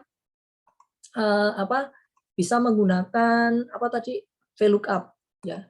Nah, ternyata berarti kalau misalnya teman-teman sudah ada fungsi histogram yang ada di sini, ya, sekali lagi kalau sudah ada fungsi histogram di sini, maka teman-teman untuk Scott reference rules-nya cukup menggunakan cara ini aja. Teman-teman tinggal pilih datanya, kemudian pakai yang ada di sini. Ya, histogram yang ada di sini. Oke. Kira-kira seperti itu. Nah, berikutnya yang menarik adalah ini contoh kalau kita menggunakan box and whisker. Box and whisker ini melihat data dan variasinya seperti apa, rata-ratanya di mana. Ini bisa kita lihat di sini. Jadi rata-ratanya ada sekitar di 20-an, 20 jutaan. Nah, kemudian sebentar kok 20 jutaan. Kita rata-ratanya ada di 60-an ya kalau di sini. Coba kita lihat menggunakan ini dulu deh. Jangan ngomong asal ini ya, coba kita pakai data. Data analisis, kita deskriptif statistik. Kemudian ini kolom A. Outputnya adalah di sini aja. Saya pakai di sini. Dah, kemudian oke. Nah, kemudian kita lihat datanya seperti apa. Nah, datanya kira-kira seperti ini. Ini nggak normal, distribusinya memang nggak normal juga ya. Kita lihat dari boxnya kan kayak gini nih. Ini sebenarnya seperti rata condong ke kiri ya. Ini lebih banyak angkanya ada di angka kecil. Kalau kita lihat di sini angkanya sekitar 10 jutaan. Maka tadi benar ya, ketika kita lihat ke box wish-nya itu, nah angkanya ya ada di ini. Jadi kalau kita lihat rata-ratanya ada 20. Maka teman-teman kalau ngelihat tadi ada yang menarik ya. Kita bisa menggunakan namanya format ini, box. Jadi teman-teman coba datanya, kemudian kita lihat di sini ada yang namanya box and whisker. Nah, box and whisker ini memperlihatkan data dan hal-hal yang sifatnya tidak wajar. Menurut data ini angkanya mungkin boleh dibilang outlier-nya. Ini contohnya. Ini ada data-data yang sifatnya outlier atau tidak wajar. Sedangkan rata-ratanya ada di sini nih. Rata-rata 20. Datanya harusnya gemuknya di sini. Maka kalau kita lihat di histogram, ini gemuknya ada di sini. Sedangkan yang di atas 60 ini yang tadi ya ditunjukkan dalam bentuk titik-titik ini, titik-titik yang ada di atas. Nah, ini dianggap ini sudah di atas tidak wajar. Ya, di atas tidak wajar. Nah, coba kalau misalnya kita menggunakan rule of thumb-nya ya, misalnya 2 kali atau 3 kali, ini kan 3 kali. Ini kalikan dengan 3. Ya, 46 tambah 20. 46 ditambah dengan rata-rata ditambah dengan deviasi dikalikan dengan 3. Nah, ketemunya 66. Jadi ini selaras dengan model rule of thumb yang kita buat. Jadi whisker box-nya tadi sekitar 3 kali standar deviasi di atas ini. Nah, ini yang kalau kita lihat datanya sifatnya tidak biasa, tidak wajar dibanding dengan rata-rata. Rata-ratanya di 20 di sini loh ya. Jadi sebenarnya ada di sini, sedangkan ternyata ada data-data di atas ini yang mungkin kalau kita lihat ini sudah di atas baris yang bersifat normal atau wajar. Nah, ini contoh yang lain ternyata tambahnya ya kita bisa menggunakan satu lagi dengan menggunakan Excel yang baru ya, sekali lagi kita bisa menggunakan namanya box and whisker. Ini sangat membantu, sangat membantu. Cuma teman-teman kadang belum paham ya, itu maksudnya apa? Maksudnya ini loh, kita lihat ke data analisisnya, 20 di sini artinya apa? Rata-rata ada di sini. Rata-rata X-nya ada di sini 20. Nah, datanya tebelnya di mana? Ini tebelnya di atas rata-rata. Di atas rata-rata yang lebih tebel. Ya, kalau kita ngelihat seperti ini ya. Kenapa itu lebih tebel? Karena datanya ini nilainya ya yang di atas rata-rata banyak nih. Ini banyak nih, lebih banyak dibanding yang di bawah rata-rata. Rata-ratanya kan ada di 20-an ini kan. Di 20-an. Jadi kalau ini digabungkan yang nilai di atasnya ini jauh lebih banyak dibanding yang di bawah 20 jutanya. Kalau kita ngelihat seperti itu ya, mungkin ya. Nih, makanya ini kotakannya bentuknya seperti ini. Oke, ini contoh yang lain ya. Oh, ternyata. Jadi untuk memunculkan sekali lagi histogram itu, teman-teman harus menyimpan dalam format Excel yang baru. Itu saja. Itu rahasianya. Jadi makanya saya pusing nyari, nggak bakal ketemu.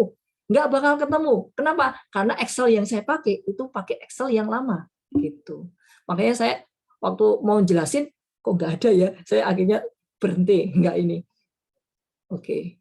Makasih Mbak Karina, jadi mengingatkan saya ya. Saya lupa, betul ya. Saya tuh orangnya pelupa, sehingga dulu itu ini bisa memunculkan seperti apa. Saya pernah nyoba bisa gitu, ingat gitu. Terus makanya kemudian saya pengen tahu caranya seperti apa gitu kan. Makanya tadi saya minta Mbak Karina itu kan. Ternyata datanya itu beda. Kalau RSF bisa muncul berarti apa? Filenya tadi coba cek, itu pasti XLSX belakangnya. Jadi filenya memang beda. Oke ya, kasus terselesaikan. Betul, data RSF itu menggunakan file model baru, jadi dia akan muncul. Oke, makasih. Ada pertanyaan? Silakan. Makasih buat Mbak Karina dan Mbak Geri. Mas Geri, ada lagi Mbak Karina kenapa?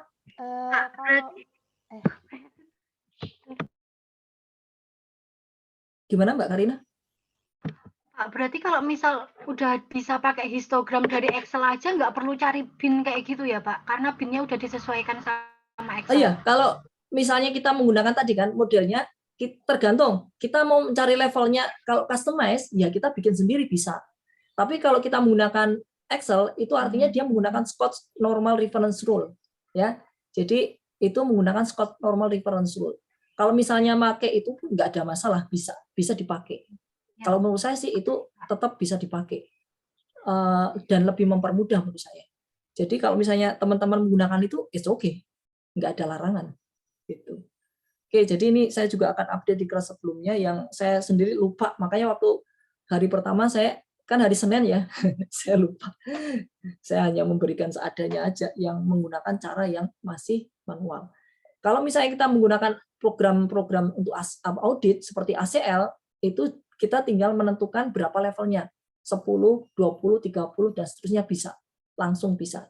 Jadi kalau misalnya kita pakai di modelnya di ACL itu ibaratnya otomasi.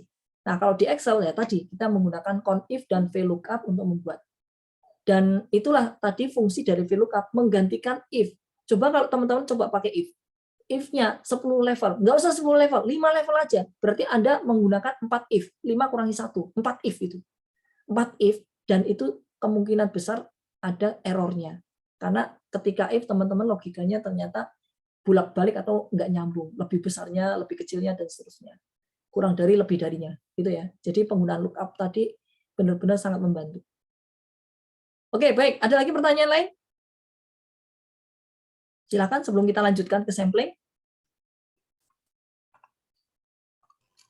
Pak, pilihan yang histogram itu memang cuma Excel tertentu aja ya, Pak? Excel yang 2016 keluar nggak?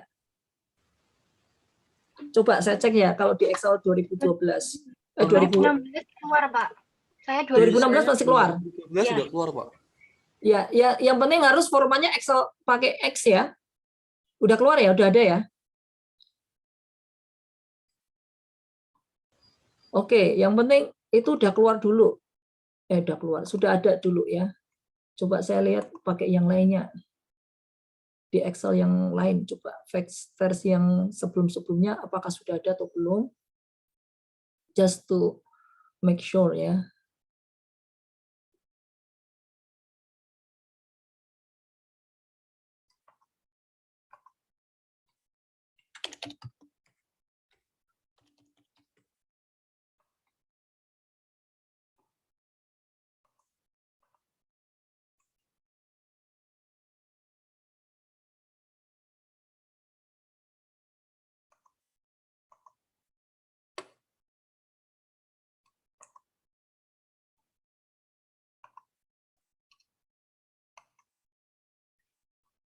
Oh, ini salah nih saya. Ternyata Office-nya Office.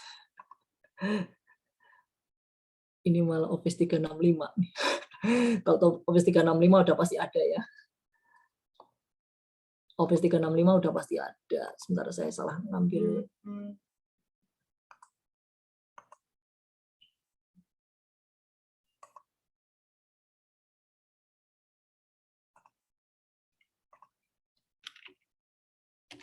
Ada pertanyaan lagi yang lainnya? Ada yang kesulitan sampai saat ini? Mohon maaf, Pak. Di saya 2013 nggak muncul, Pak. Coba ditayangkan. Berarti coba ditayangkan. Nggak muncul Pak di 2013. 2013 berarti belum ada. Berarti ya terpaksa harus menggunakan cara bin tadi, Mas. Harus pakai bin. Nggak apa-apa, sama aja kok. Tinggal ya nggak apa. Makanya itu tetap diberikan karena saya cuma lupa ya. Kenapa dulu saya tetap harus memaksain berikan yang seperti itu karena beda-beda versi. Kalau yang macOS ada nggak macOS? Di saya ada Pak, saya pakai yang Excel 2019 masih muncul histogram gitu Pak. Ya kalau 2019 Mas, itu Excel baru. 2016 aja udah muncul kok. Ya kalau di bawah 2016 ya itu ini. Tapi benar ya, Mac itu belum tentu ada. Soalnya Mac itu belum tentu ada. Jadi memang yang saya agak khawatir tuh Mac. Soalnya Mac itu belum tentu ada. Salah satu contoh kan ketika kemarin teman-teman bahas mengenai itu ya, pivot itu nggak ada itu.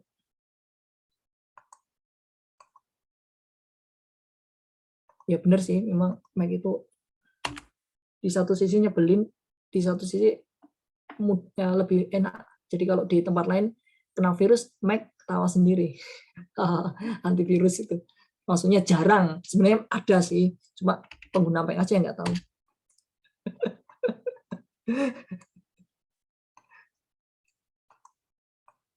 Oke, baik. Kalau nggak ada yang ini ya saya belum bisa memastikan yang versi lain ya, tapi kemungkinan sih harusnya ada yang tidak, seharusnya sih itu wajar karena belum tentu histogram itu disediakan dari versi yang lama. Yang jelas confirm ya 2016 ada ya, 2016, 2019 Office 365 sudah pasti ada. 365 itu paling terbaru. Jadi kalau misalnya Office 365 itu ada, belum tentu 2019 ada. Itu. Jadi memang Office 365 itu yang Office yang paling terbaru. Baik, kita lanjutkan ya. Yang berikutnya kita akan sampling. Nah, untuk samplingnya ada menarik ya. Sampling ini teman-teman menggunakan yang tadi yang masih sama ya, sampling. Nah, untuk sampling teman-teman menggunakan pelatihan sampling yang tadi ya, pelatihan sampling yang tadi. Nah, untuk melihat ke sampling maka kita coba menggunakan grafik sama seperti yang tadi, pakai namanya scatter graph. Nah, untuk datanya teman-teman ngambil ke data 1. Coba lihat di data 1. Kemudian di data 1 ini teman-teman bisa di filter dulu ya sebenarnya. Kalau nggak di filter nanti datanya grafiknya seperti ini. Ini kan data untuk semua tahun.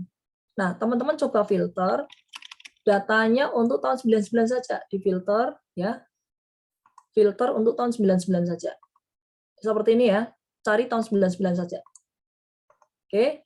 Nah, baru kemudian dari tahun 99 kita buat grafiknya dari kolom D. Grafik scatter graph ya, seperti ini. Nah, bentuknya kira-kira seperti pelana kuda kayak gini nih. Nah, ini. Nah, ini bentuk grafik yang kita peroleh dari sini. Nah, maka kalau modelnya seperti ini, kita bisa lihat ternyata meskipun kelihatannya ini kalau kita menggunakan secara keseluruhan ya, kalau tadi secara keseluruhan, ini kan kita coba filternya buang, secara keseluruhan bentuknya adalah seperti ini.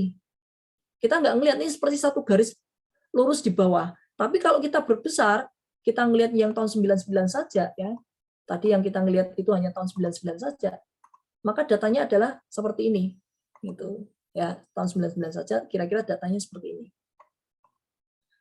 Nah, dari data ini kemudian yang kita lakukan adalah apa? Untuk 1 tahun kita coba akan melakukan sampling. Nah, sampling itu sebenarnya ada banyak cara yang bisa kita pakai. Nah, dalam hal ini kita pakai cara yang sederhana yaitu menggunakan random sampling.